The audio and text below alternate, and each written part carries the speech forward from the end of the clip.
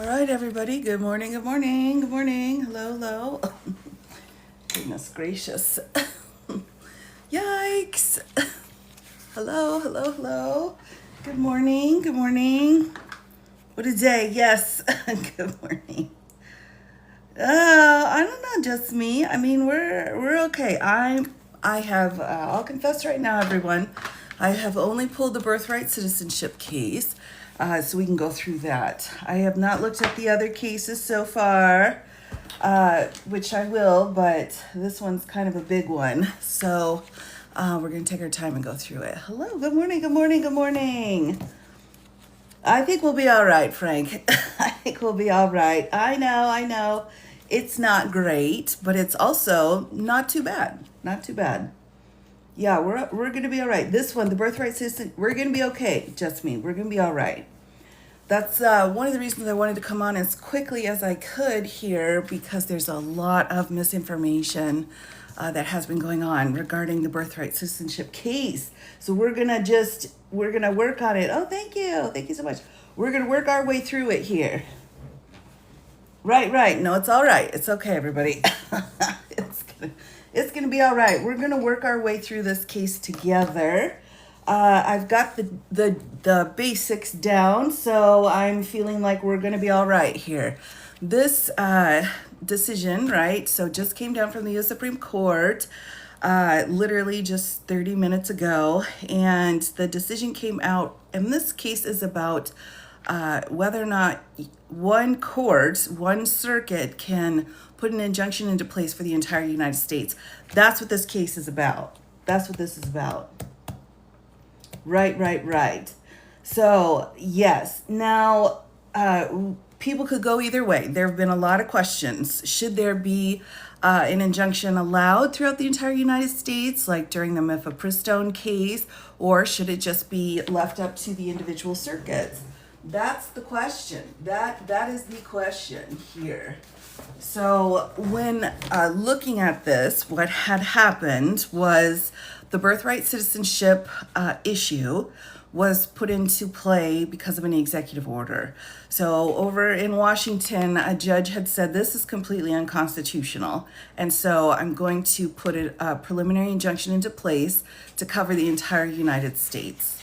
All right. And there have been a few other injunctions that have covered the entire United States. Now, whether or not an injunction can have that much reach has been a question that we've been dealing with for a while, and not just with this administration. But the question then became, if you're ruling in the Ninth Circuit, does that cover the rest of the United States? And the case today has said no, it does not. It only covers the area where the harm has been done or could be done. All right? That's what's going on here. Yes. Well, I'm not sure about the chaos. I'm not sure. I mean, it's the point then, what will happen, the practical piece of this is they're saying it's not going to be nationwide. It's only going to be in the place where the judges are. So what does that mean? It just means everyone's going to be filing cases in all of the different circuits that aren't covered. All right. So, for example, and our courts have already been doing this. It's almost like they're preparing for something like this. And I would use the Alien Enemies Act as an example. All right. So in New York, the Alien Enemies Act is not allowed to be used until the cases go all the way through. Right. And then we also have, I'm trying to remember the other place. We had New York, we had North Texas. And there was maybe two more. But what had happened was, rather than do a nationwide injunction, these courts have already been doing circuit-wides in preparation. So just in case this had happened, they knew it could happen. Yeah, 100% wrong. Yeah, I gotcha. Every circuit would have a class action filed. Right. So here's the deal. But wouldn't they be thrown out for jurisdiction? No. Okay. So here's the deal. Again, we're going to go through this case. Here's the deal. The question was, can Washington put a preliminary injunction into place that's going to affect the entire United States? And with these facts in this case, the court said no, because that's too far. That extends your reach too far, and we do not believe that's what was intended under the Judiciary Act, way back in the olden days. So what they're saying is, it's not that you can't have it, it's just it's not going to spread throughout the entire United States. And this is something we've been dealing with. This isn't new. This is unlike the immunity case where it was like, what just happened? This could have gone either way. And that means that for this birthright citizenship case, it's good to go in the area that the judge has jurisdiction over. All right. Now, do you have to file a class action in each of these states? You could. Can you just file individually? You could. But what's going to happen then is probably within 24 to 48 hours is in every single area here, what you're going to see are lawsuits being filed. So the judges took away the nationwide protection and said it needs to be jurisdictional. So then what you're going to see again are people in each jurisdiction filing. Yes. So the loan forgiveness situation is similar. Yes. But one thing to note too, though, about this is because of the birthright citizenship issue, that's really brought into play here, right? So the SCOTUS is saying if you've got a birthright citizenship situation going on, then the person, the child being born in that jurisdiction is the wrong you're trying to cover, right? You're trying to undo the wrong to that child. And the child in Wisconsin that's being harmed does not have anything to do with the child in South Carolina, right? So if you are in South Carolina and you want your child to be covered by a pause in this executive order that's not been ruled on yet, we don't know if the executive order is constitutional or not. That's not been the issue in the case. But this injunction put into place saying you can't do that in Washington is not going to apply in South Carolina. So what are we going to do? Everyone's going to be filing in order to make sure their jurisdictions are covered by a preliminary injunction. Yes. So Texas has absolutely, this is the mifepristone case, I think is the best example, where a little person here in Texas said, well, mifepristone can't be used for anybody, and that was nationwide, right? And so that scared the pants off of everybody. And so came back in and said, that's the question. Then we had student loans, right? So student loans, is that going to be nationwide or what? So this question's been on the floor. It has not been solidified one way or the other. And I'll tell you right now, it did not matter which way the Supreme Court was going to rule on this case. The courts already had two roads set up. So if they did rule for nationwide injunctions, they were set. If they did not rule, if they said, no, you can't have a nationwide injunction, they were already set. So either way, our courts were ready to go forward to protect, which is what their job is, either way. Right. Can the Supreme Court be sued? Oh, that's a great question. I don't know. That gets tough because you have to have an individual harm and an intent to that individual. All right, so that's kind of the piece. We're going to read through the case here. Is it individual people that have to file, or a state can file for everyone in their states? It's a mixed bag. I think any of those, anywhere you have grounds to bring a lawsuit can bring a lawsuit. So we've got multiple pieces in order to have standing to bring a lawsuit. Those are the Lujan cases, the defenders cases. All of that is set into place. So if you want to bring a lawsuit, you can. And that includes states as well. Okay. Anxiety. I was such a, I know. Right. So basically, again, what we're saying, what the court is saying here, and we'll walk through it here in a minute. Hello, So Unique, is that nationwide injunctions are gone.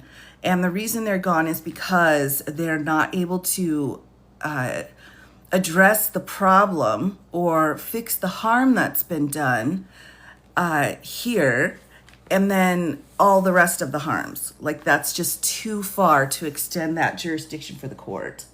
Citizens United 15 years. Same. End up being able to do things in certain jurisdictions. And right. So that's the thing, though. That's the question. It's like, well, what if nobody in, let's pick a nutty red state here. Let's pick, no, Louisiana's already covered. So let's go back to South Carolina. So if South Carolina, they file, right? They file and they say birthright citizenship under this executive order is illegal. And the judge in South Carolina is like, nah, I don't agree. I don't agree. It's not. So I'm not going to put an injunction into place, right? So then you got a problem. Then you have to appeal it. And then it goes through the appellate process. So basically what they've done is set out a whole new batch of hurdles that have to be overcome. This reminds me a lot of the Loper-Bright case, right? When the Chevron doctrine was eliminated. What it did was it didn't take away the right to sue or the right to say there's been damage done or we need to fix this. What it did was it just made more work for everyone in order to do it. More court cases, that's right. Right. Exactly, Taylor. Exactly. And it could be good, it could be bad. And whichever way the court held, again, there's going to be good and there's going to be bad with it. So the most important thing in my opinion, everyone, again, before we start jumping into the language, the most important thing here was that the Supreme Court did not go beyond the scope of the question presented. The question presented was nationwide injunctions specific to the birthright citizenship question, all right? So they came back and they said, no, you may not have this injunction because it exceeds the scope of your jurisdiction. What I had held my breath about was whether or not there was going to be a determination on the merits, on the question of birthright citizenship. That could have really had some very bad results. But that did not happen. That was not the question presented. That was not the issue that was ruled on here. The issue that was ruled on was permanent injunctions. Right. Can the judges still stop him from doing? Well, of course. Yes, of course. Would the injunction apply to the entire judicial district, even though not? Yes. So whatever jurisdiction the judge has, whatever jurisdiction for their ruling, that's the jurisdiction that will be affected. All right. That's the one. 22 states that are safe from it? Well, that's a good question. I would say wherever in the United States there have been birthright citizenship cases filed where preliminary injunctions have already been granted for that area, but not the entire nation, right? Like I think in New York, there's already been a birthright citizenship case that's made it. And the judges in New York are like, well, not New York. This isn't going to go down in New York. So New York's covered. So there are multiple states. And again, I'd have to go look at the closet docket to see which ones that already have just a lesser included area that are covered. All right. Right, go to more circuits, get more blood. Exactly right. 23 states, right. So some states already have an injunction put into place. The only thing then is in cases where the nationwide injunction was covering you, they need to go into that jurisdiction and file. You have to file again. So it's more paperwork, it's more lawsuits in order to make sure every jurisdiction is covered. And then we don't know what the judge is going to say, right? We don't know what the judge in South Carolina is going to say, or West Virginia, or Missouri. We don't know what the judge is going to say. We don't know if they're going to be like, birthright citizenship, take it or leave it. So they may just say, no, there is no preliminary injunction. It's okay. And then you have to appeal it. So, and something I think that's very unique about the Supreme Court is that they give out all of these cases like this that are a bit rubbish. They don't explain what exactly you need, but they make it so you have to file more lawsuits, and eventually the question will come back to them. This question will come back to them because you are in Missouri, and Missouri's like, we're not going to do a preliminary injunction. So you're going to fast track this up to the U.S. Supreme Court, and the U.S. Supreme Court's going to have to come in and make the decision again, right? So basically, this is kicking the can down the road. So you can be a citizen of the United States in some states and undocumented in others. At this point, All right, all right. So let me clarify again. At this point, everyone, it's too soon. It's too soon to know what's going to happen with the birthright citizenship. This is just saying that the executive order, right, that had been stayed now is no longer paused, except for in the state where the case was brought, right? Now, this doesn't go into effect like right now, like 1 hour after the case has been ruled on, right? So we've got, what, 30 days, something like that, before it starts falling, the dominoes start falling. So there's 30 days where everyone needs to go out and get themselves sorted out and get their lawsuits filed and get it going down the road. All right, that's kind of it. How can executive order just deny an amendment? Right, Krista, good question. And it's not denying an amendment. It's the big thing is, the problem with this administration, which is tangling up the words and asking for new definitions. And because in this case, the question was nationwide injunctions, the court answered that question. But did they answer if the executive order was constitutional? No, they did not. They did not say that this executive order was okay or that it wasn't okay. What they said was that Washington cannot issue an injunction for the entire United States. That's it. That's all they said. Now, their concurring opinions and the dissenting opinions will give us some insight into how the judges are going to fall on this issue. But that's for the can down the road. All right? Right. Have lost their minds. They're creating organized chaos. It's true. It's true. So this is a map here of all of our federal courts, right? So each court has a different number, including DC circuit here. So they're just showing, this is just a map of the different circuits. All right, so the 9th Circuit up here, and then we've got the 1st Circuit over here. So the colors are just putting the different states in the circuit. Right. Yep. No, you're all right. It's okay. It's okay, everyone. Chaos? Yes, Josh. Yes, chaos. Well, right, Daisy. And I tell you what, some people are like, well, look at the 7th Circuit versus the 9th Circuit. Yeah, exactly. So these circuits were set out, I can't quite remember. We had 2 major judicial acts. One was the one that they're using right now for this preliminary injunction back in like the 1800s BS. And then we have another one that came in the 40s that kind of restructured things as well. Well, and then we had one right after the Civil War that made the Supreme Court have 9 people. So there's a lot going on here. There's a lot. Let's go for jinxing this. I think we're okay, Russ. I think we're okay. All right. So again, everyone, the bottom line here, birthright citizenship has not been removed. Birthright citizenship is still in play. This has not done anything to birthright citizenship.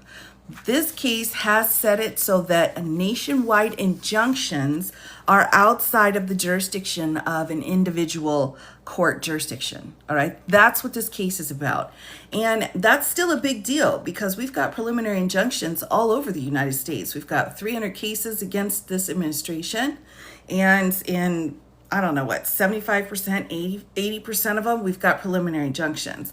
But the key will be in each one of those cases. Is that preliminary injunction for that jurisdiction or is it nationwide? We do not have that many nationwide injunctions out on the floor.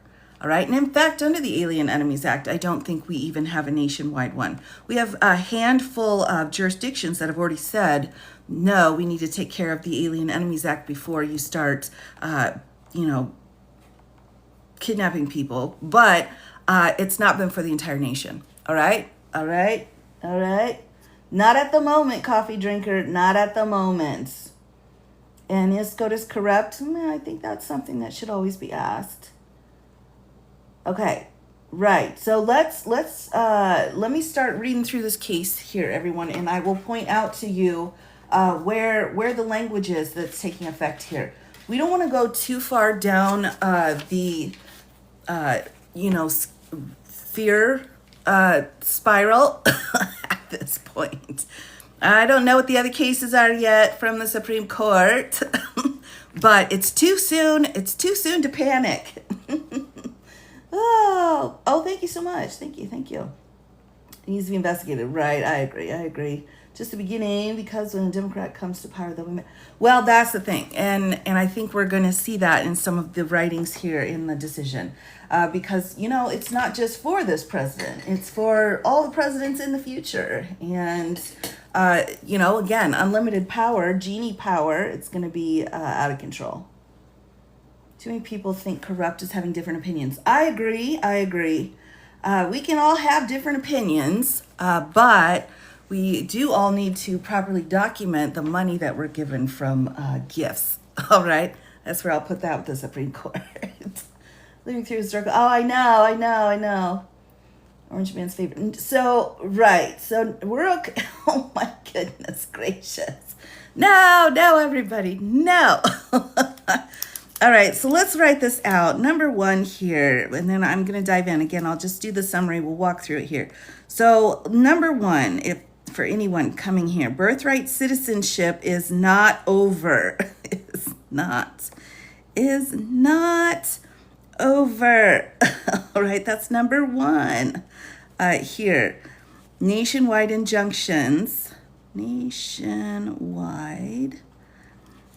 Preliminary injunctions are not approved, all right?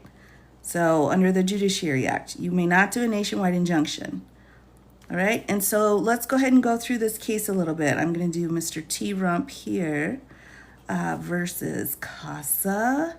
And this was a 6-3 decision today, which is what, the 27th today?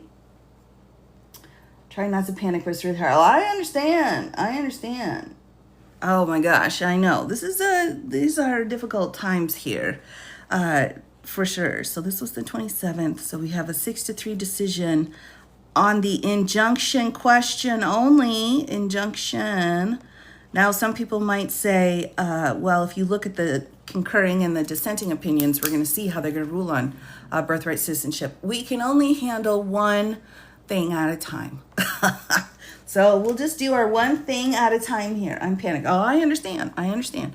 So let's start going through this, everybody. I've got an extra battery pack here. I've got tea and lozenges. So we're just going to crack this one open like a tauntaun, which is what my law professor used to say when we got a difficult case.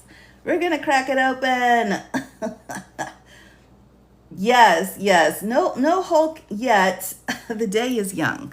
All right, here we go. So we've got plaintiffs, respondents here, individuals, organizations, and states filed 3 separate suits to enjoin the implementation and enforcement of President Trump's Executive Order 14160. So that's the question. That's the law that we're talking about here.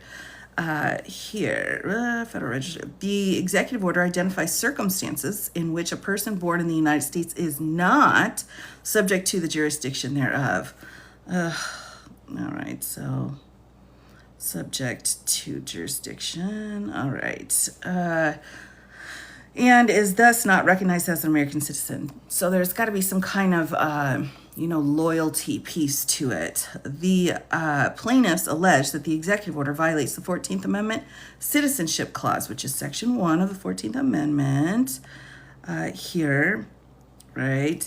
And Section 201 of the Nationality Act of 1940. Okay, so there's 1940. I knew there was a 1940 situation involved here. But all right, in each case, the district court entered a universal injunction, an injunction barring executive officials from applying the executive order to anyone, not just the plaintiffs.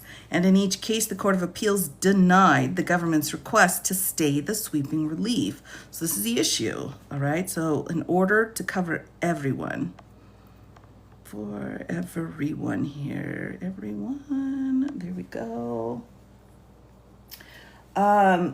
It is, the legal stuff's extremely frustrating, and I think it's intentionally that way. They're trying to make people rage quit, all right? Don't rage quit on me, people.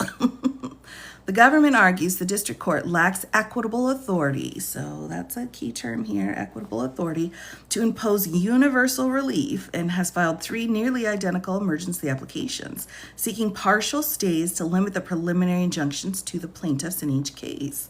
So all they're trying to do is get the decision on preliminary injunctions stayed.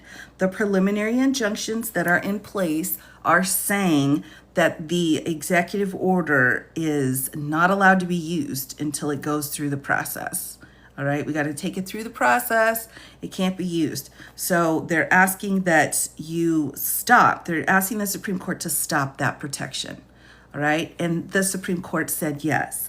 So the Supreme Court has removed this preliminary injunction protection from nationwide. If your jurisdiction already has one in place on birthright citizenship, you're good to go. But if your jurisdiction was covered by the nationwide injunction, then you're in trouble as far as, leaving the door open. So people need to go out and file. I will tell you right now, my prediction is there's at least 200 attorneys in the United States right now sitting at their computer typing up the petition. All right, that's going on right now. All right, so identical emergency universal relief here. 3 nearly identical emergency applications seeking partial stays to limit the preliminary injunctions to the plaintiffs in each case. Again, so just those people. The applications do not raise, and thus the court does not address the question of whether the executive order violates the Citizenship Clause or Nationality Act. Right there, everybody, okay? Let's highlight this. Let's highlight this right away here. Okay, the application does not raise, and thus the court does not address the question of whether the executive order violates the Citizenship Clause or Nationality Act. So this is bunker language. Had this gone the other way, I think it would have been bunker time, quite frankly. All right, but it didn't. They acknowledged the question in front of them, and they answered the question in front of them. All right. Instead, the issue the court decides is whether, under the Judiciary Act of 1789, I think Hamilton was still alive then, federal courts have equitable authority to issue universal injunctions. So this is the question presented. This is the only question that the court is answering here. They're giving a lot of extraneous information, and Justice Sotomayor is on fire. But this is the only question, all right? So between yesterday and today, the only difference is they're answering a universal injunction question. All right, that's it. No bunker time. No, not bunker yet. Not quite yet. All right, not yet. Now, again, I haven't seen the rest of the decisions for today. All right, so here it is. It's simple. Birthright citizenship is not the question. The question is whether or not universal preliminary injunctions are okay, and the court is saying no, not in this case, not with this issue. Does that mean another issue could ask the question of a preliminary injunction? Yeah, honestly it does, because they're saying here it has to be limited enough that it doesn't affect people not included, but also broad enough to protect and help the people that are needed. Right. Not right, bunker time. Oh, bug out bag, no. Should I rebuild the bunker? Preliminary injunction, right. Okay. All right, so let's just take a minute here, and she'll go through it too here as we go forward. But preliminary injunction is used to be rarely used, actually. It used to not be a thing. And it just is basically saying until the case is done. So these cases are still open. These lawsuits have not gone through the entire process of winning, losing, appealing, winning, losing, appealing again, winning, losing. We're in the very early stages of the lawsuit. And they're saying while we're in the early stages, the preliminary injunction halts any kind of movement or being able to go forward on that piece of law that's in question in the case. All right. So that's why you're hearing like different things are being stayed or not being stayed or being vacated or not being vacated. This is the same thing with the Alien Enemies Act that we've been dealing with, right? So the Supreme Court came in and said the preliminary injunction that said that you do not follow this executive order, that has been overturned because the jurisdiction went too far. They said too far. All right. Can he move forward and get people out while this is stayed? So I don't think so. Like for people having a baby, like in the next hour, are still going to be citizens. All right. So, and in 30 days, still citizens. What's happening here is that instead of one jurisdiction being able to wipe it out for the whole country, every jurisdiction needs to set the course in front of it.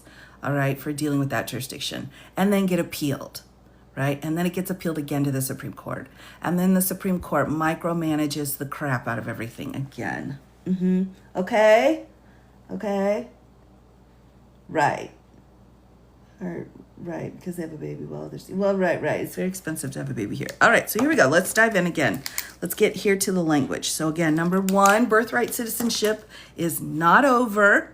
All right, number one. Number two, when it comes to the nationwide preliminary injunction piece of this, it's too far under the Judiciary Act that I think was in place when Hamilton was still alive.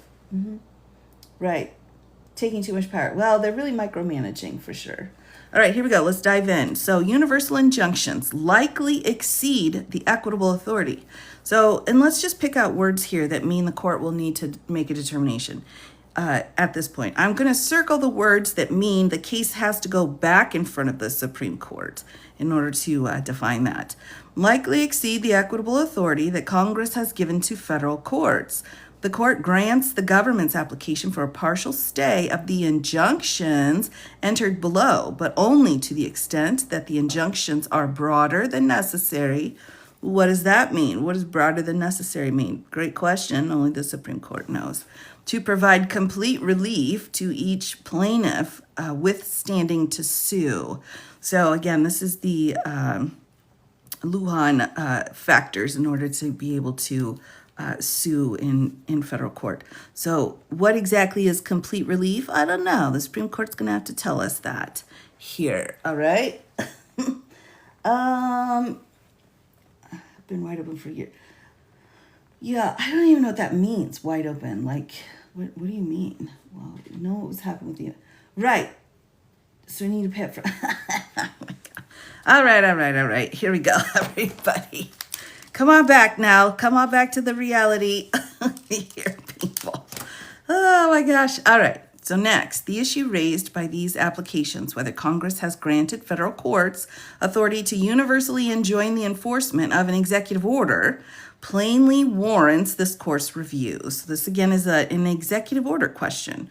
We're really figuring out how these executive orders should work and how they should not work right now. Did anyone ask? No, but that's what's happening. On multiple occasions and across administrations, the Solicitor General has asked the court to consider the propriety of this expansive remedy as the number of universal injunctions has increased over the years or 6 months. So too has the importance of the issue. All right, so we've had this universal injunction question. It's been out there and needed an answer. Just like technically in the immunity decision, everyone, we did not have a case specifically ruling criminal actions against a president.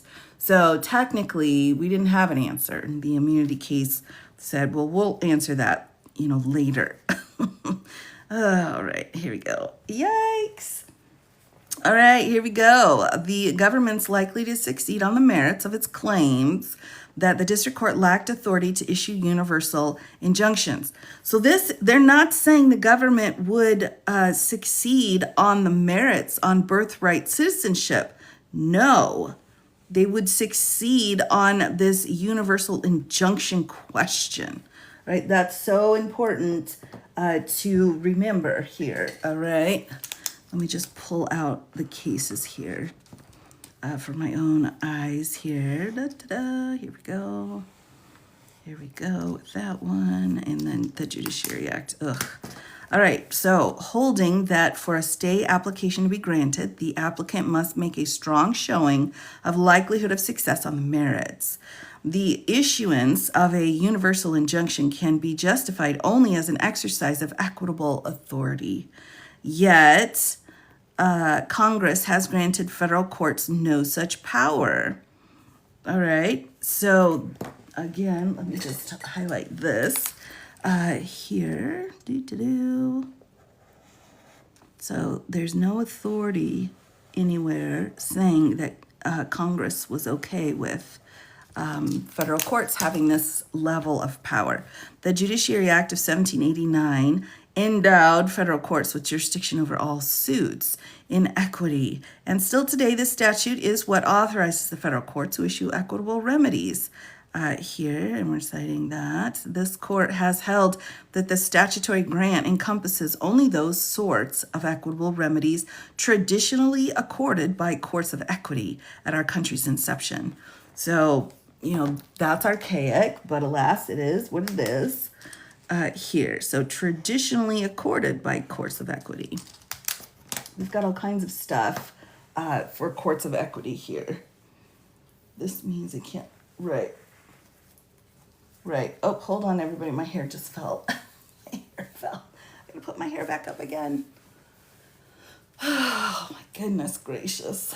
This is going to be an extra poofy hair day today, everyone.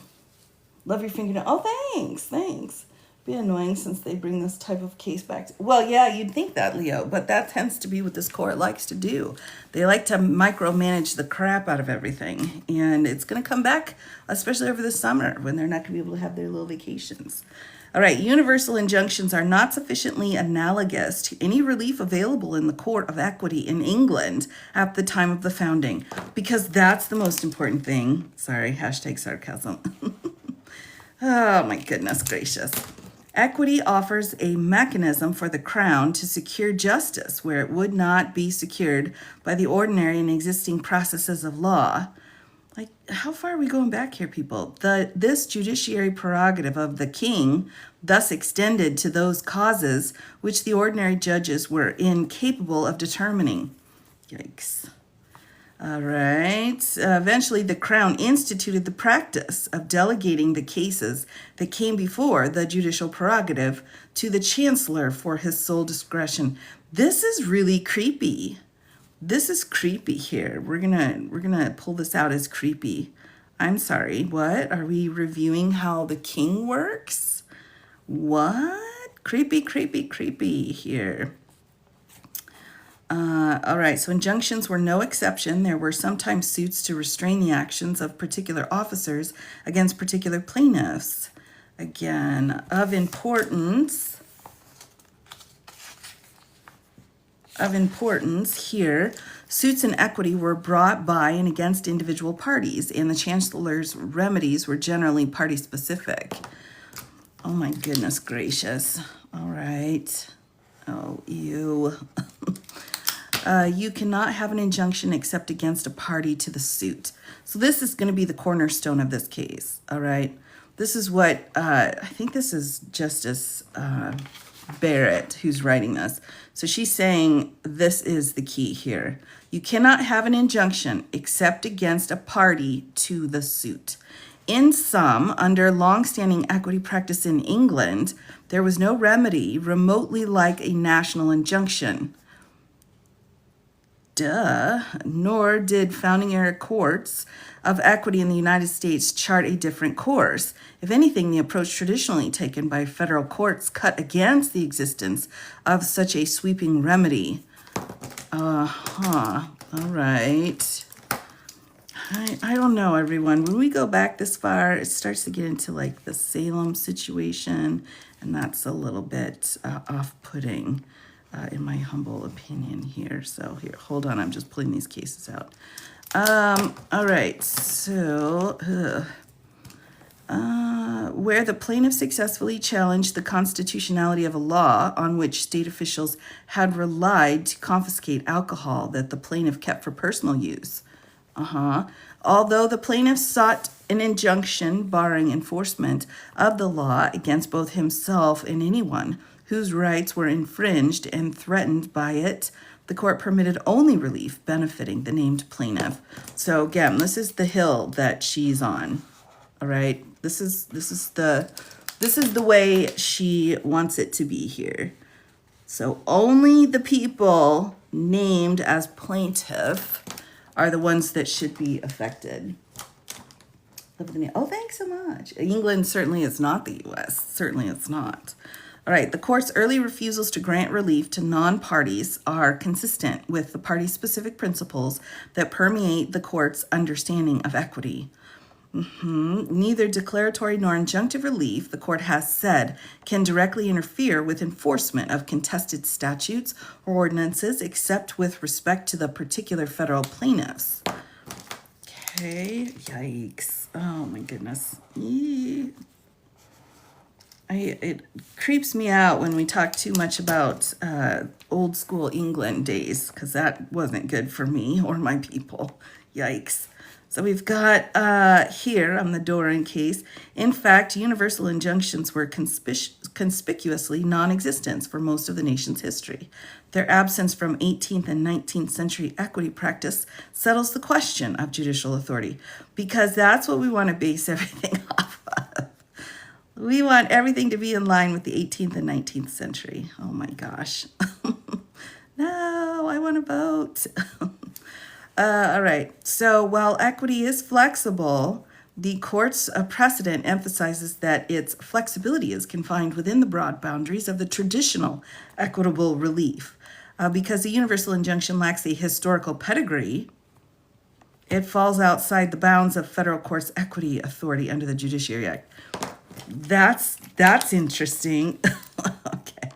Because the universal injunctions lack historical pedigree, although she just gave us all this historical pedigree, so all right. Bounds of a federal court, equitable authority under the Judiciary Act. All right. And again, when was the Judiciary Act? Well, 1789. Right. I know, right? I know. We'll be able to vote. I don't know. Let's put a pin in that one. We'll be able to vote or not. All right, here we go. Yeah, I agree. It's a bit ridiculous. All right, here we go. Respondents' counter arguments are unavailing. All right, so tell us why. Why are the counter arguments unavailing here? In an effort to satisfy Grupo Mexicano's historical text, respondents claim the universal injunctions are the modern equivalent of a decree resulting from a bill of peace. Right, so they're trying to use the old language so that the justices are like, okay, a form of group litigation in the court of chancery. Respondents contend that the existence of this historic equitable device means that federal courts have the equitable authority to issue universal injunctions under the Judiciary Act. Okay, the analogy, however, does not work. All right, true, the bills of peace allowed, oh my goodness gracious, courts of equity to adjudicate the rights of members of dispersed groups without formally joining them to a lawsuit through the usual procedures. Unlike universal injunctions, however, which reach anyone affected by the executive or legislative actions, bills of peace involved a group that was small and cohesive. So I'm going to pause here again and do just a little bit of annotating here so that I don't get messed up as I'm reading through this. So what she's saying here is this bill of peace that they were throwing at the court in order to say, here's your old school bologna sandwich that you're wanting. We're going to use this bill of peace crap. She's saying, it doesn't really apply here. It's too different. So we're not going to use that. So your old school historical peace that you're trying to woo the court with isn't going to work. And unlike universal injunctions, which bind only the parties to the suit, decrees resulting from bills of peace would bind all members of that group, whether they were present in the action or not. Right? The bill of the olden days. Oh, SCOTUS, yeah. Oh dear. The Bill of Peace lives in modern form, but not as a universal injunction. Ooh, here we go, everyone. Sarcasm alert. So it's nice that SCOTUS can come in here and define for us what the Bill of Peace is from back in the Chancery days. It is instead analogous to the modern class action. All right. So rather than a Bill of Peace, it's a class action. All right. Which in federal courts governed by Rule 23 of the Rules of Civil Procedure. Rule 23 requires numerosity such that joinder is impracticable, common questions of law or fact, typically in representative parties who adequately protect the interests of the class. So she's taking us through Rule 23, which is class actions in federal court. Here, let's just highlight what you need in order to have that. Rule 23, numerosity, right? Common questions of law or fact, typically in representative parties who adequately protect the interests of the class. All right, so that's what class action requires here. The requirement for a Bill of Peace were virtually identical.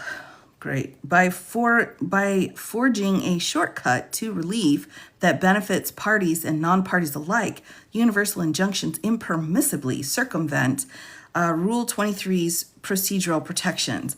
So this is this is where she's saying, you can't do a nationwide injunction because that's too easy. Each individual jurisdiction has to issue the injunction.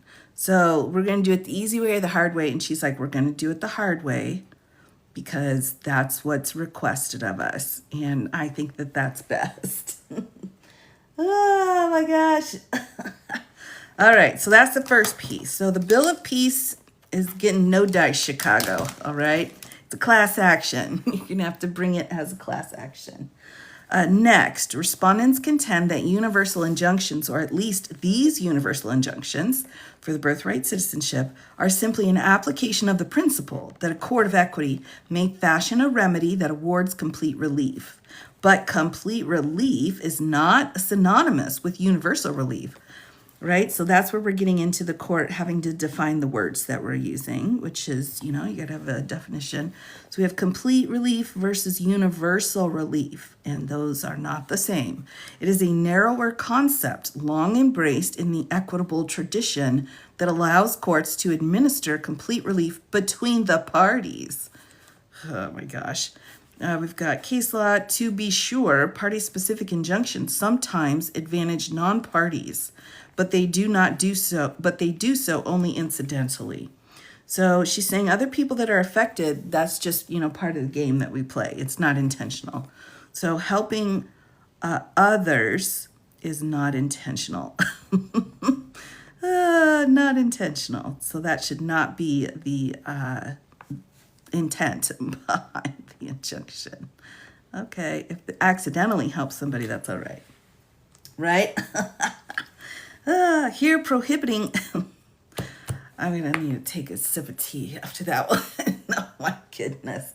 We're going back, everybody. We're going back. Get your time machines out. Okay, hold on. I got to open my can of whoop ass here. We'll see how this goes.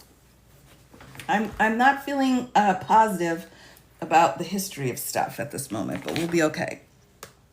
Here we go. Whoops. Nope, and yes. All right, here, prohibiting enforcement of the executive order against the child of an individual pregnant plaintiff will give that plaintiff complete relief. All right, so this is complete relief, which is what the courts are supposed to do, right? Her child will not be denied citizenship. So again, we really need to focus on this so people understand that birthright citizenship is not gone here. And extending the injunction to cover everyone similarly situated would not render her relief any more complete. So the plaintiff's harm would not be assisted by everybody having to fall under this injunction. So the individuals and associated respondents are wrong to characterize the universal injunction as simply an application of the complete relief principle. So they're trying to use another legal argument here. The complete relief principle. And this comes into play later, everyone. This is one of the standards that the judges use in order to say, well, in order for there to be complete relief, I'm going to have to do a nationwide injunction. She's saying no. The inquiry is more complicated for the state respondents because the relevant injunction does not purport to directly benefit non-parties. Instead, the district court for the District of Massachusetts decided that a universal injunction was necessary to provide the states themselves complete relief. All right, so she's saying you're trying to help the states, not this person here. So the states are getting the relief, not the individual plaintiff in the case. As states see it, their harms, financial injuries, and administrative burdens flowing from citizen-dependent benefits programs cannot be remedied without a blanket ban on the enforcement of the executive order. All right, so children often move across state lines or are born outside their parents' states of residence. Given the cross-border flow, the states say patchwork injunction would provide unworkable for the provision of certain federally funded benefits. So the reason they're saying we can't have something different in each state is because it would negatively impact how benefits go. The government retorts that even if the injunction is designed to benefit only the states, it is more burdensome than necessary to redress their asserted harms, which is in the Califano case. So you can't do a ruling that's too broad. That's you got to keep it pretty narrow here is what they're saying. The court declines to take up these arguments in the first instance. The lower court should determine whether a narrower injunction is appropriate. So we leave it to them to consider these and any related arguments. All right.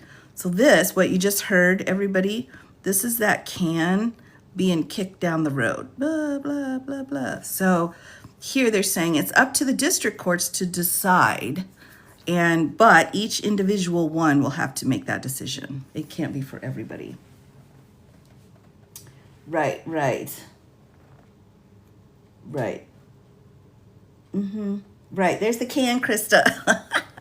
All right. So that's the second argument. The first argument the state said was Bill of Peace, historically, if you want to go down that old school road.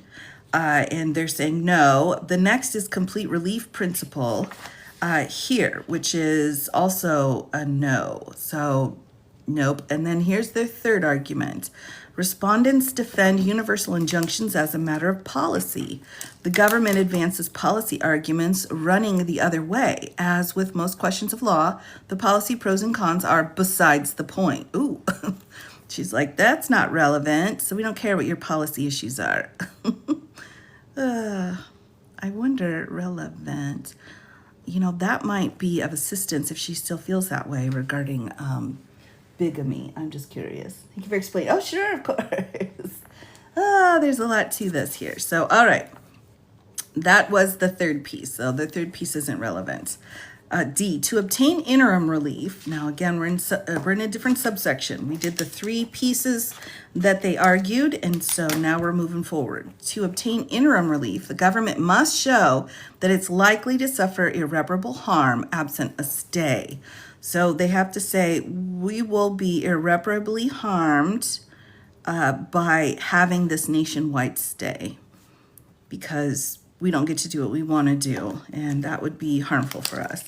I'm just going to pull out the precedent here just to make it a little bit easier to read and understand what's also going on here. So let me just pull this real quick before we keep going. And then we couldn't forget Enkin. Good Lord, what would happen if we forgot Enkin? All right, so when a federal court enters a universal injunction against the government, it improperly intrudes on a coordinate branch of the government and prevents the government from enforcing its policies against non-parties.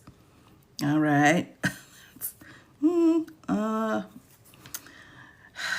right, hold on a minute here. So we've got a separation of powers issue here is what she's trying to say. All right, so we're citing case law here. In Chambers, Maryland v. King here, Roberts in Chambers. Okay, so here's a quote. Anytime a state's enjoined by a court from effectuating statutes enacted by representatives of its people, it suffers a form of irreparable injury. All right. The court's practice also demonstrates that an applicant need not show it will prevail on the underlying merits when it seeks a stay on a threshold issue. All right, so two pieces here. Number one, if the people of that state were not involved in the decision, that's irreparable harm. All right. So just because I keep using Washington because Washington was the first birthright situation where we had the first injunction. So let's just use that. So the people of Washington, they've got this injunction in this area. So what they're saying is now the people of Missouri have to abide by what somebody in Washington said. And that's irreparable harm. Irreparable harm to Missouri if they have to comply with an order that their own people didn't have anything to do with. All right, that's what we're saying, number one. So states, people not being considered or not being used means there's irreparable harm. Number one, so that satisfies that factor. And then the second piece here is that you don't have to show you will prevail in your case. You just have to show that it's likely. Remember when she used that term likely? So you don't have to show you're actually going to win. You just need to show that you could win. That's it. All right. The government here is likely to suffer irreparable harm from the district court's entry of the injunction that likely exceed the authority conferred by the Judiciary Act, and the balance of equities does not counsel against awarding the government interim relief. A partial stay will cause no harm to respondents because they will remain protected by the preliminary injunction to the extent necessary and appropriate to afford them complete relief. So this is a big piece here, everyone. So she's saying the people that actually brought the suit are still protected by that preliminary injunction. So they will be okay. But if you were not a party to that case in that jurisdiction, you do not have protection because that would be taking it too far. All right, that's too far. Okay. So again, we're back here into the any kind of help to others. We don't want to do that. You only get the parties get to be helped in the jurisdiction. All right. So for her, and it seems even blasé how she's saying it. She's like, well, what's the big deal? The people that brought the suit are going to get help, and that's all that matters, right? All right. So that's the next piece. How do you become a party then? You got to sue, right? You gotta put them all together to go forward without bringing a case to court. Well, that's the other thing too that I think is really interesting is this level of protection of the government is a bit unusual in my humble opinion. Usually the government's not protected. Like they have a certain level of, honor. So the court's like, all right, let's be careful with the government.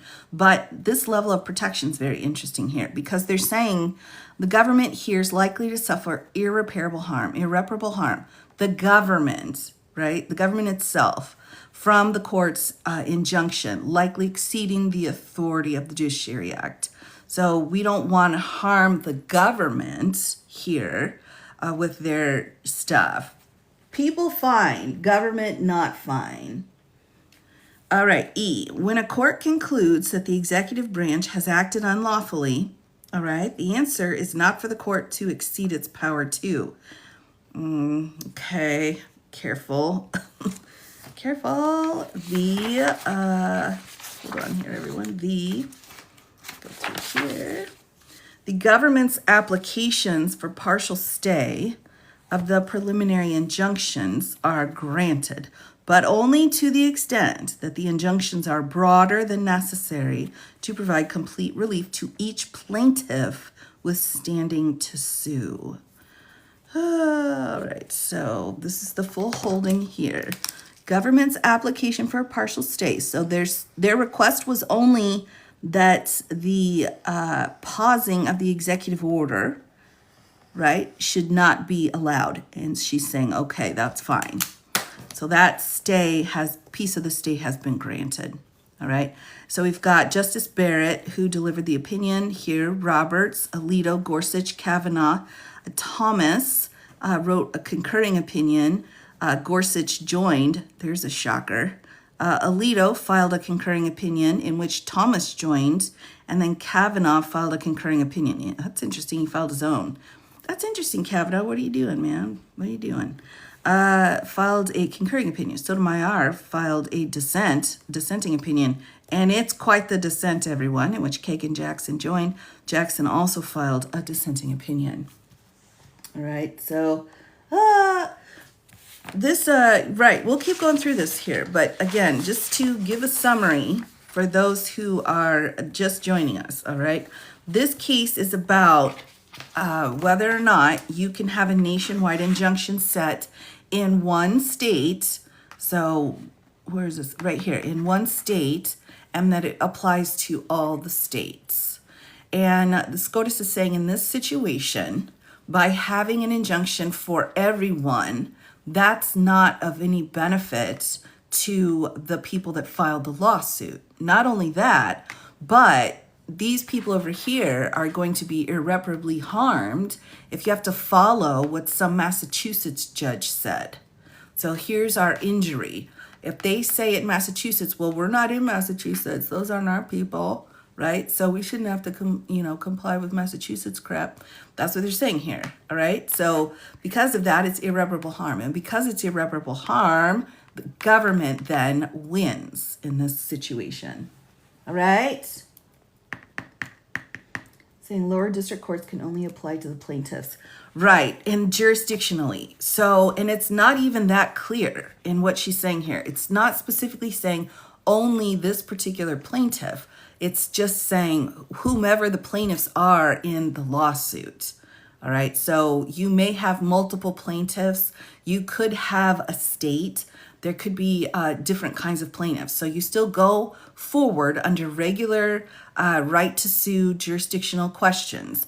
You go forward on that, but whomever is included in the plaintiff's piece are the ones that are going to be served. You see what I'm saying? It's not necessarily a one-on-one ratio. It's a plaintiff on plaintiff ratio. Federal employees who are facing termination, that doesn't affect anything. Does it apply district-wide at least? Yeah, because if you have a judge, hold on. All right, let's walk through it. You have a judge in Maryland, all right, in Maryland, and they say, all right, this is crazy. Here we go. So let's get out of Maryland. I'm not great with the East Coast. Let's go to Pennsylvania. Here we go. That's not too bad. So Pennsylvania's like pause on birthright citizenship. All right. So we're pausing that. And it was brought by, let's say it was brought by 10 moms who are pregnant. So these 10 moms who are pregnant brought it and said, we can't, this executive order isn't right. And Pennsylvania says, you're right.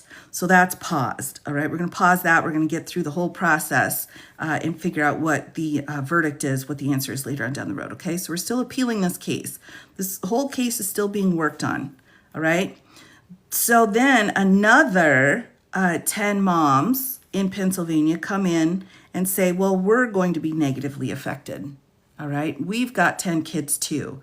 And the judge will say, I've already ruled on this. This is the precedent now for this jurisdiction. For what's happening here, birthright citizenship is paused.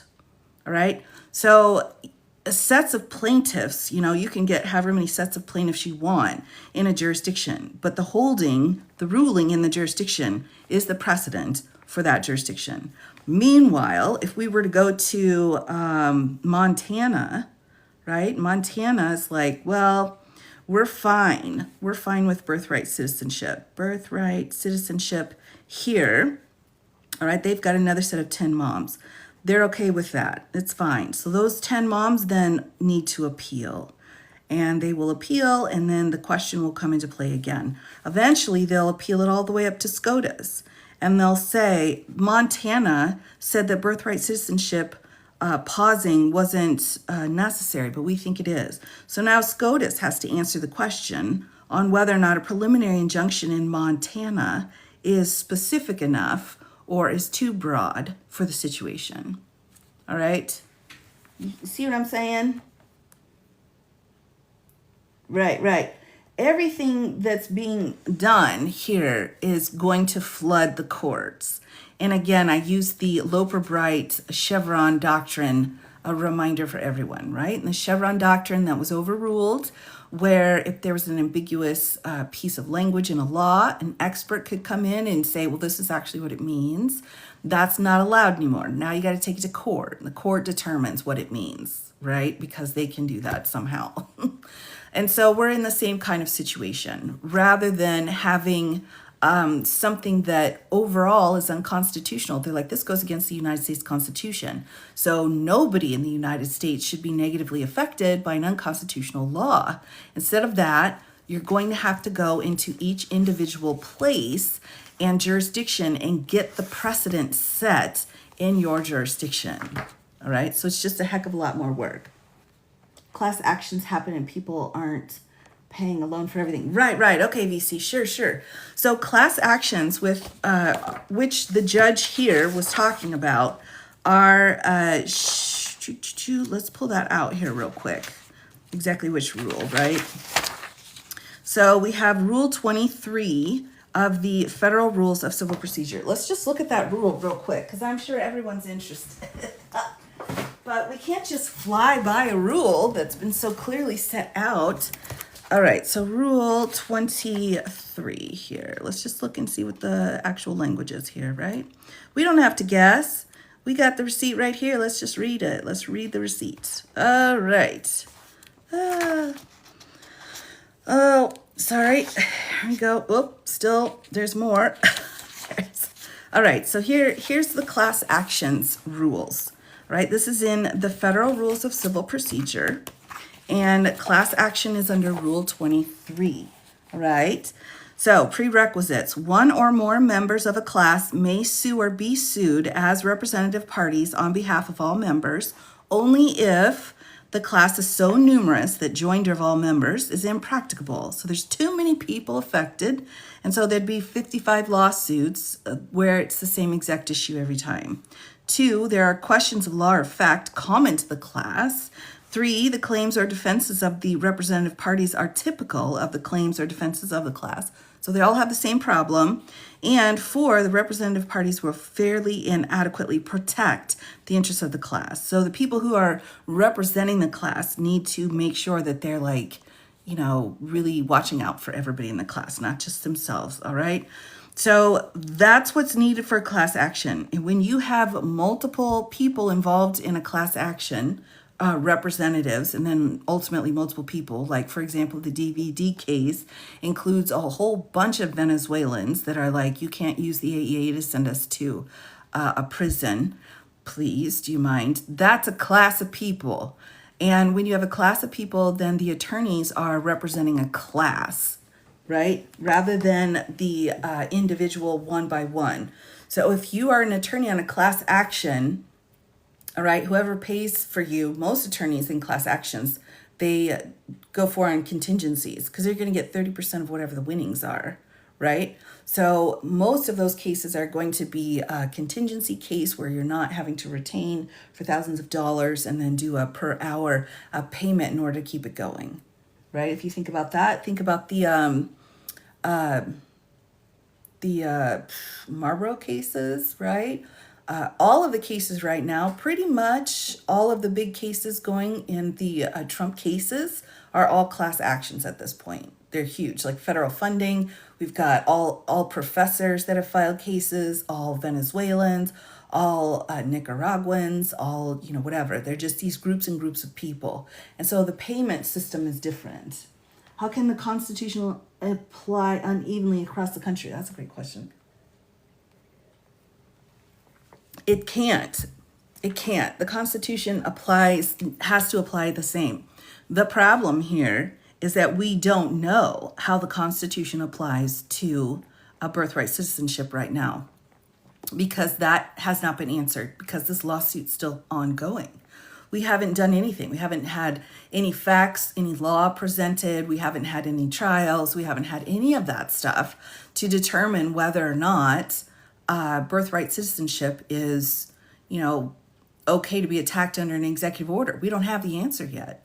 So until we have the answer, the jurisdiction you're in, it will depend on whether or not they are willing to be like, well, we don't think it should be applied this way, or we do think it should be applied this way.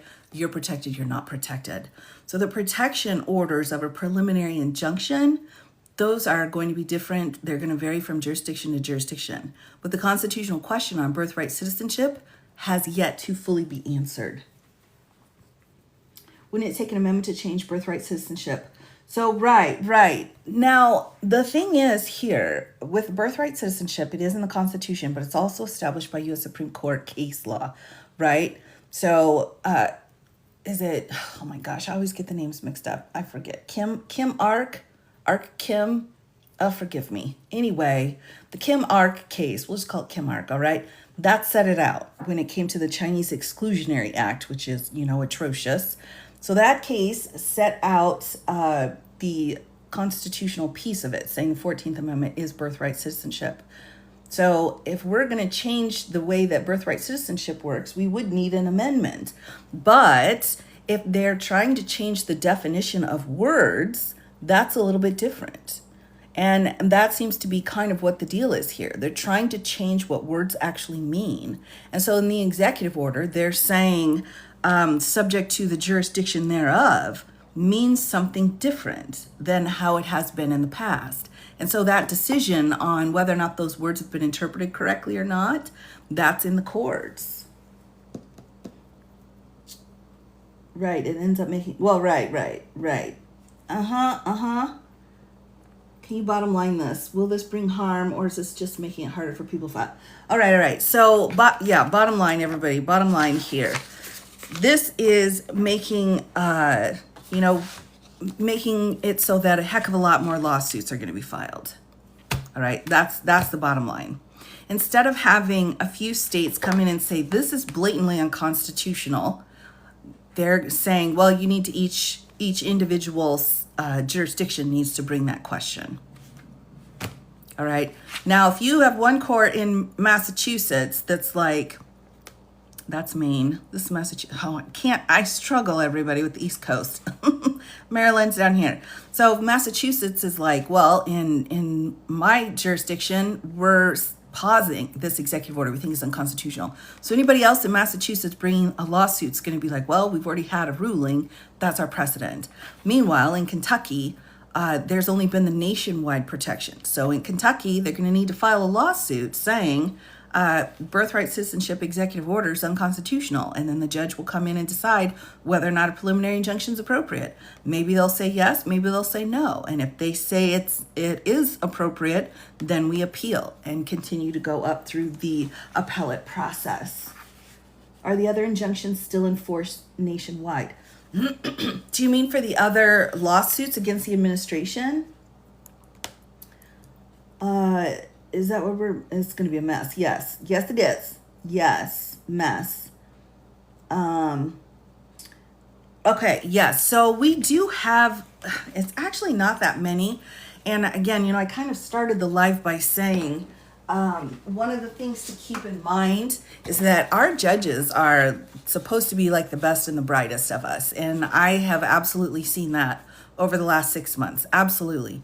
What has happened here and what I've seen, who remembers in that big, beautiful budget bill where they were like, oh, if you don't issue a bond, then you're not going to be able to use congressional funds in order to go forward on contempt, right?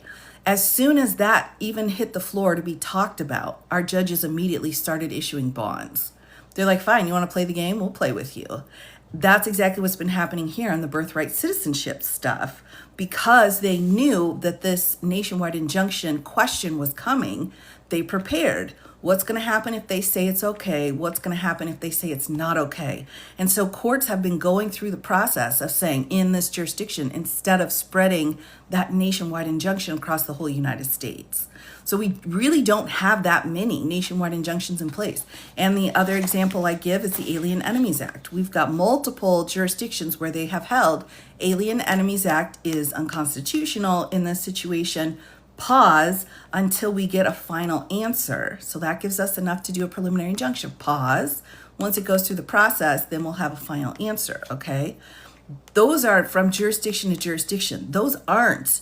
We don't have that as a nationwide injunction situation. And it's because our courts and our judges realize if there's a question on the floor, you have to be prepped for whichever way that question falls. So doesn't it only apply to individual plaintiffs? So what they're saying here, and I'm not trying to be weird about it.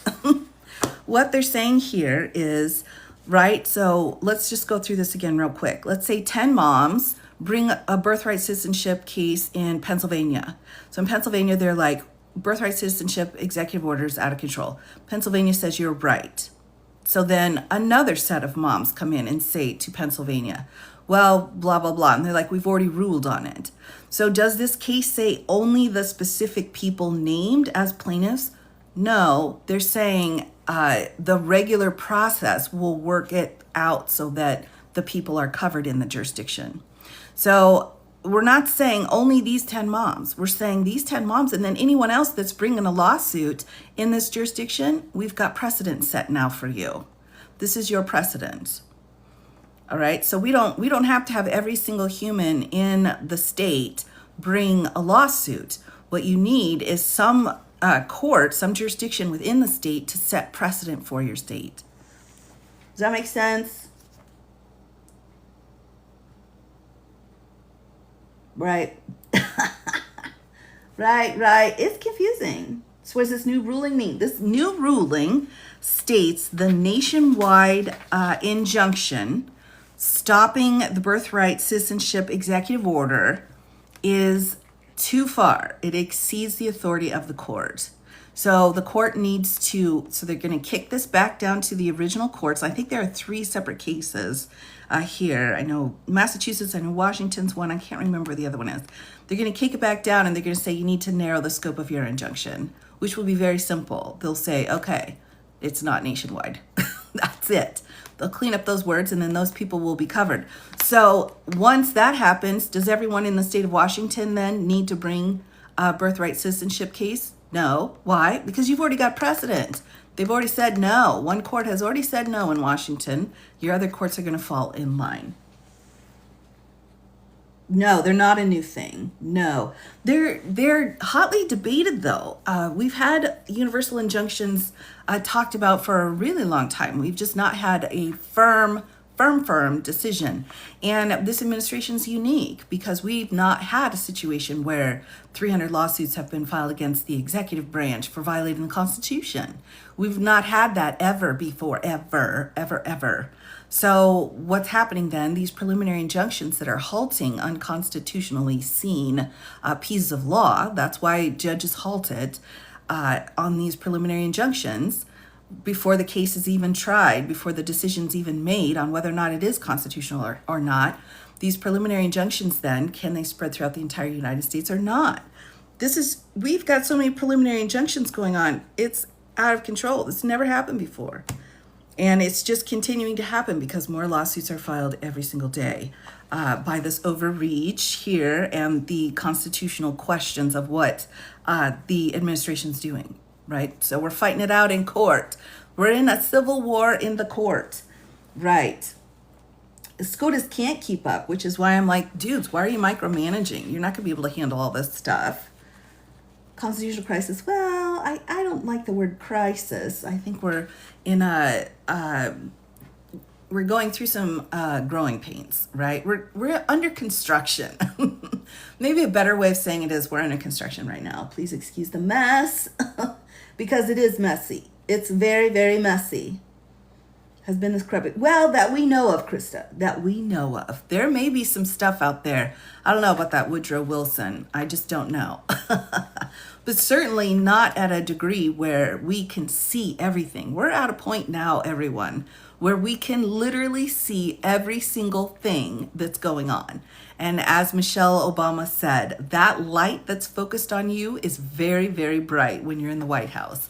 So we can see now what we couldn't see before.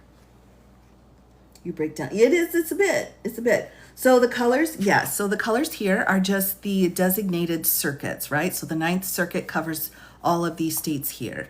The 10th Circuit, all of these blue states. The 8th Circuit, the green ones, and so on. So this is just a map of which circuit each state is in. Oh, you're welcome. That would disrespect the Constitution. I have to agree with that. I think we've had some, well, I mean, I don't know. If you go back to the early days, many of them were like, I don't know, Madison was great, but this isn't all that. So there's that. But these days, right, the historical, patriotic piece of the people that are put into office have always been, at the behest of the Constitution. And that's just not what's going on here. There are attorneys involved, and I think that's one of the big changes. There are attorneys involved that have been teaching all of these gray areas and loopholes and problems and weakest links in the Constitution. We've been teaching that for decades. And rather than just like seeing what happens, some of these attorneys have gotten the ear of the president. And because of that, then they're able to go through and pull out all of these pieces that we've been teaching and actually try to do that in order to get a foothold into power. That's my perspective on it. Absolutely. None of these things are new. Like executive orders, we've been talking about how executive orders could destroy the country for decades. That's been a huge issue. We've done tons of law reviews on it. We've debated it for a long time. We never had anybody who was, slimy enough to implement it, but that has changed, and that's where we're at. Right, Dobbs, exactly. And, I would say it even goes back all the way to our Second Amendment case, I would say. So Heller, I think, is really the first beginning pieces of it with Scalia, and then of course Citizens United, those kinds of pieces that has already started to kind of get into the system. Now, I'm not saying again, and this is what they're arguing too. They're like, well, you didn't clarify what this means. You didn't say what that means. They're not wrong. Honestly, they're not wrong. It's like, yeah, let's clarify. But also, there's actually work that has to be done here in the United States while you guys are dinking around with the Constitution for funsies, Like you may be able to walk around and be like, haha, birthright citizenship. You didn't define specifically, under the jurisdiction thereof. You didn't define that, so let's go play with that. It's like they've got stuff to do, and they don't have time to be sitting around defining this crap. But alas, that option's off the table, and they have to. They have to define it now because people will take advantage and do a lot of harm. So that's really kind of where we're at with this. In fact, people going for no born people are being affected right now. There's give me 30 days and we'll talk again. But no peoples are being affected right now. Another distraction. Well, yeah, I mean, that's a lot. DJ still pick what district they file in. Good question. I don't know. I do not know any of the rules of the DOJ at this point because they are being run by people who are not following the law. So I do not know what happens after 30 days. So my understanding, again, and I don't have the exact details on the scheduling, but this kind of an order in this place didn't just take place, at 10 a.m. today because it came out this way. So there's a process that you have to go through in order to pull that nationwide injunction. So once that injunction actually gets pulled, then, we can talk again. Right, yeah, and I just don't know. The DOJ is not following the rules. They're not following the law. So Even if there was a rule that said they can not file anywhere they want, they would still do it. They're just not in compliance with the law. And I don't say that as some kind of a political statement. I just say that very simply after reading cases where the DOJ is coming in and making arguments for the administration that are completely unlawful, unconstitutional, and quite frankly, unethical. So based off of that, I've got no faith that the Department of Justice is following any of the rules here in this country, which is really worrisome. Yeah. Do other circuits need to rule? Yes. Yes, exactly, Arch. You got it. So basically what's going to happen, and mark my words, in the next 48 hours, we're going to see lawsuits filed all over the place, right? Because you might be in Missouri and you might say, well, our judges are like whatever. And so but you're going to get filed. There's people in every single one of these states that recognize that this situation is ridiculous, and they're going to file and they're going to go forward. And if they get denied, they're going to file again. They're going to appeal. Because for as much of an advantage as this administration is taking of our legal system, you know, there's also the rest of us on the other side that are like, oh, really? You're going to do that? Well, here you go. This is what's going to happen now. So we're not just watching it. We're in it. We're in it to win it. And for all of these situations where you have this kind of abuse of power or ultra virus situations, there are attorneys out there being like, time to file. Let's file it. Chesbro was disbarred. No, I knew his license had been pulled, but I did not see that he was fully disbarred. Ooh, I'll have to pull up that video. Oh my gosh, I made a post about that not too long ago. What's the benefit of this applied the other way around? Are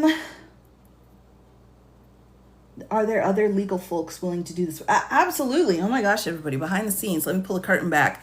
I can't speak for every attorney in the United States, but I'll tell you what, I mean, most of us don't go forward in order to be like, you know, how can I screw the Constitution up? You know, no, that's like, we learn the Constitution. We're here to protect. We defend and protect the Constitution. And so when you see a whole bunch of people jerking around with this kind of crap and doing this, yeah, we're mad. Of course we're mad. We're frustrated. We're looking at them because these are the jerks that we have to deal with sometimes in court. And for some reason, it's like they've been let out and they're just running free. Their sliminess is just running free. And the rest of us are like, gosh darn it, we got to go catch them. And so that's why we've got all these lawsuits, because all of the attorneys are like, no, we're not going to do that. And we're going to keep fighting because that's what we do. We are an adversarial system. For every argument, there is a counter argument. And if a judge is coming in and trying to jack up the Constitution, you know, it's our job to fight for it. So heck yeah, there's a lot of us. Oh yeah, exactly, Navy vet. And not just them either. I mean, there are tons of other people as well. It's painful to watch, I think, is absolutely the correct way to view it. In my view, it's painful. It's painful to watch how, you know, all of the kind of crappy, bad faith legal arguments are becoming the norm for the Department of Justice. It's becoming the norm to just have bad faith and to not have candor to the court and to not follow your ethics. And it's because they just think that they're just special and important enough to be able to do that. I'm talking to you, Beauvais. Yeah, that's right. They're just like, well, we're special. And so we get to make the rules. We get to make the definitions of the words and then jerk everybody else around. It's like, no, it doesn't work that way. They might have a success right in the beginning, right? So you might see, you know, people getting hurt, but in the long term, they're going to be going down. It's both. So these are the federal circuits. So if you're wondering which federal circuit you are in, that's what this map is here. Oh no, the Constitution's still good to go. We're still good to go in the Constitution. And you can even see in each case where the Constitution is what prevails. Now, I may not agree with the definitions, but the Constitution itself is absolutely still there. They're already claiming victory. Well, they have to, right? They have to, because, and that's what happened in 2020, right? That was the whole plan. It's like, it doesn't matter what happens. You just say you won. And it's the same thing. They're doing that here for everything. It doesn't matter what actually happened. You just say you won. and then, gaslight the people. And I don't mind an occasional gaslighting, but the constant gaslighting is kind of exhausting. It wears you down. But yeah, so that's kind of what they're doing here. How many judges per circuit? That I don't know. I do not know. Right. I'm not sure exactly what's happening with Abrego Garcia right now, because we did have a filing where he said, hey, can I go back to Maryland while you guys get this stuff in Tennessee sorted out? So I don't know exactly. Yeah. So hopefully, why is it this decision applies to states, not per circuit? It just depends on which jurisdiction you're in. The numbers are the name of the circuits that we're in, right? So if you're in New Mexico, you're in the 10th Circuit. How many district courts are there? I don't know off the top of my head. Held in detention. Yes, he's still being held, right? Does DC have its own circuit? Yes. So the DC Circuit right here has its own circuit because it's like the home of the Supreme Court. So like the DC Circuit is like the group leader for all the circuits. And this is usually where a lot of our Supreme Court justices have come from, out of the DC Circuit. They just have a special place because that's, where the laws are put into place, right, through Congress in DC. But yeah, they're like the leader of the pack here. How do we stop the DOJ? Great question.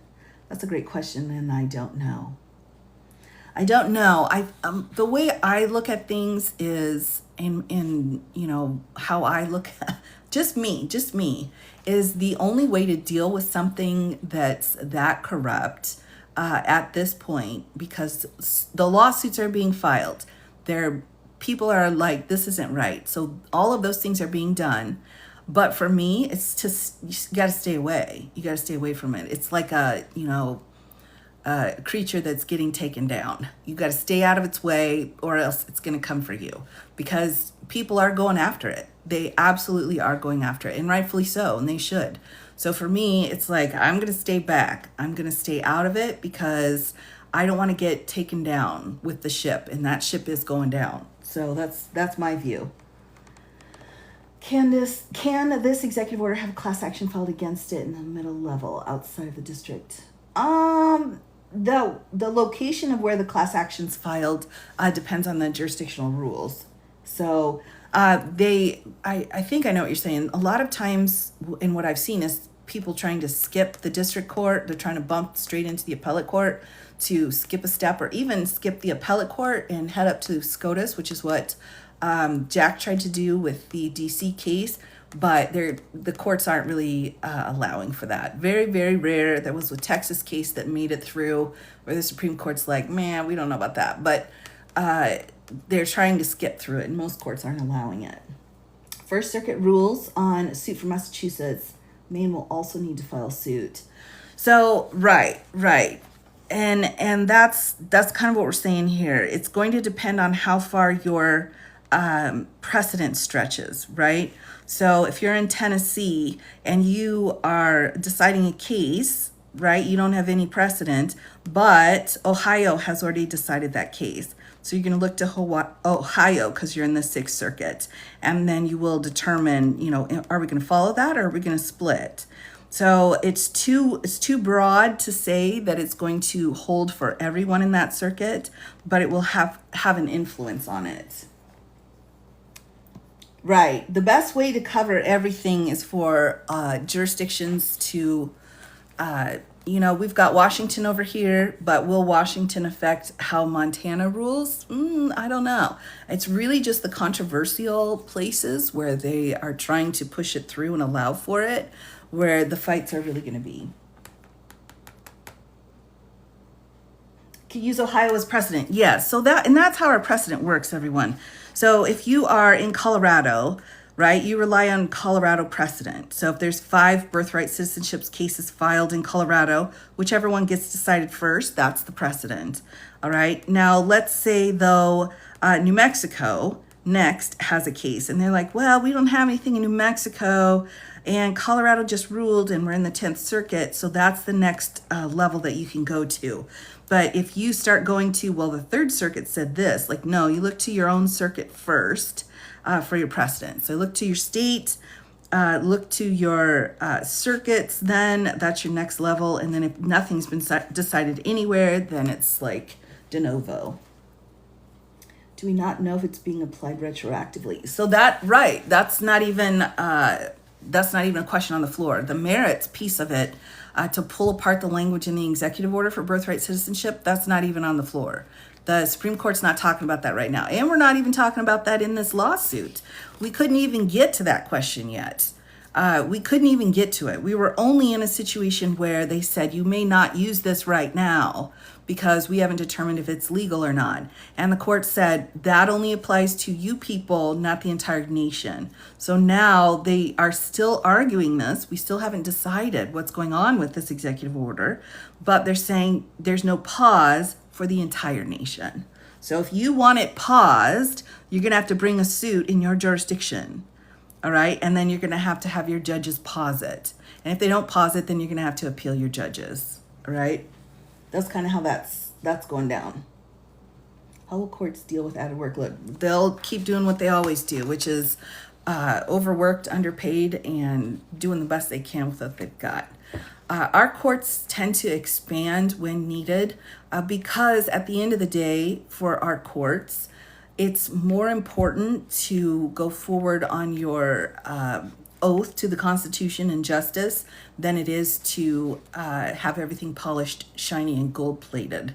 So, they're in the trenches doing the work. The judges, the district judges here, they are doing the work. And if the workload doubles with less employees working, as like all of our federal systems are doing right now, they're just going to keep doing the best they can.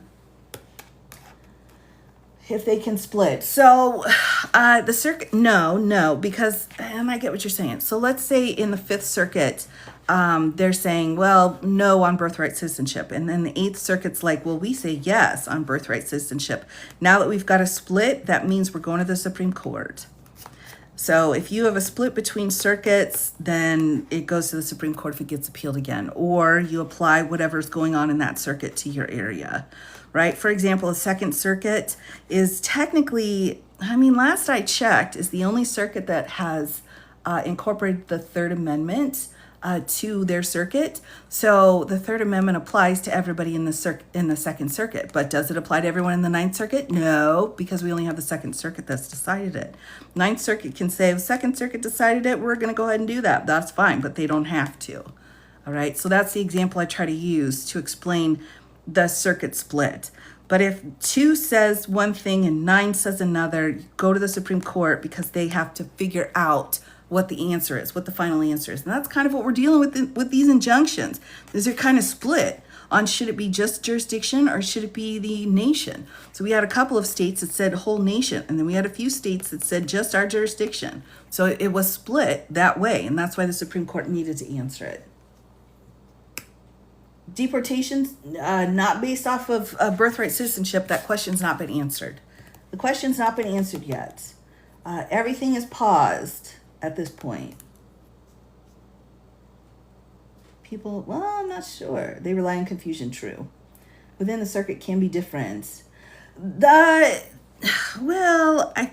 You can be different briefly until you take it up to high enough for whatever judge to combine it again. So if Minnesota and Arkansas, because they're in the same district, they're in the same circuit, Minnesota says one thing, Arkansas says another thing, then what you'll do is you've got to appeal it saying this issue needs to be decided. And so you'll push it up to a point where the appellate court says, Northern District is right, Southern District is wrong, and then go forward from there. Citizens are being, there's all kinds of crazy stuff going on right now with deportations. That's kind of a different animal. They're not going to, all right, let me put it to you like this. The moms that have had kids within the last 2 hours, you're fine. Your kids are fine. The birthright citizenship question has not been answered. The only thing that's been answered is the protection to not have that executive order has been pulled away from the entire country. So now each individual area will need to have its own preliminary injunction. So we're going to get slammed basically with lawsuits. I may need to have a birthright citizenship board. I don't think my closet's going to be able to handle all the lawsuits. It's a lot. It's a lot. Every baby born right now, every baby born in the country is a citizen. This is still in place. The citizenship has not been revoked. No, no, no, no, no, no. We haven't made it through those cases yet. These cases can take years for this to go through.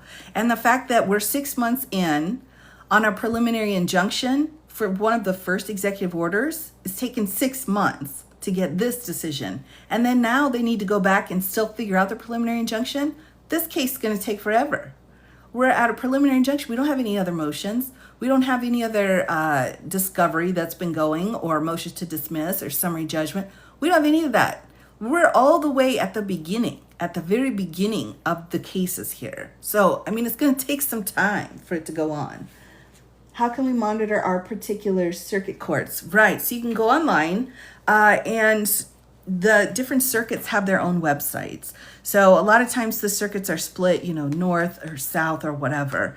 And you can take a look and see where you're at in your circuit and keep an eye on it. A lot of them also have Tube of You channels where you can listen to arguments or swearing in ceremonies or whatever. So you can also find them on the Tube if you're interested. Why are executive orders being treated as law if they're not? Well, I think they're not necessarily being treated as law, but they are changing words around. Again, we've got a definition issue going on. So they are muddying the waters. It's not like, oh, here's a new piece of law, we need to be in compliance. It's more like, well, wait a minute, what? How does this work exactly? Because we're not sure. And so then we get the courts involved. We're like, tell us how this works, because this is crazy.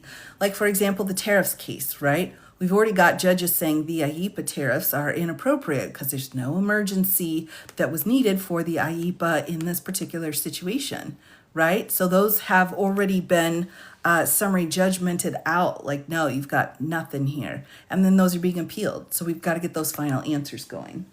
Thank you for everything you're doing. Oh, of course, of course. But with that, my friends, I am looking at the clock and I will go ahead and do a little sign off here for now. I know we're going to have a lot of questions on what's going on here, but hopefully this clarifies things for everyone. I know there's a lot of bad information out there. So just, if you pass along the good information that you have, you now know the facts, you have fact checked it, you know what's going on. So make sure you share that information with the others. All right. So thank you all for coming by. And as always, to my moderators, you're amazing. I appreciate you every single day. I will be back again very soon. Yes, this live will be saved and I'll be posting it. Give me about 24, 48 hours. So take care of yourselves, everyone. We're going to be all right. It's not quite time for the bunker yet, although it could have been, but it's not. Have a good rest of your day, everyone.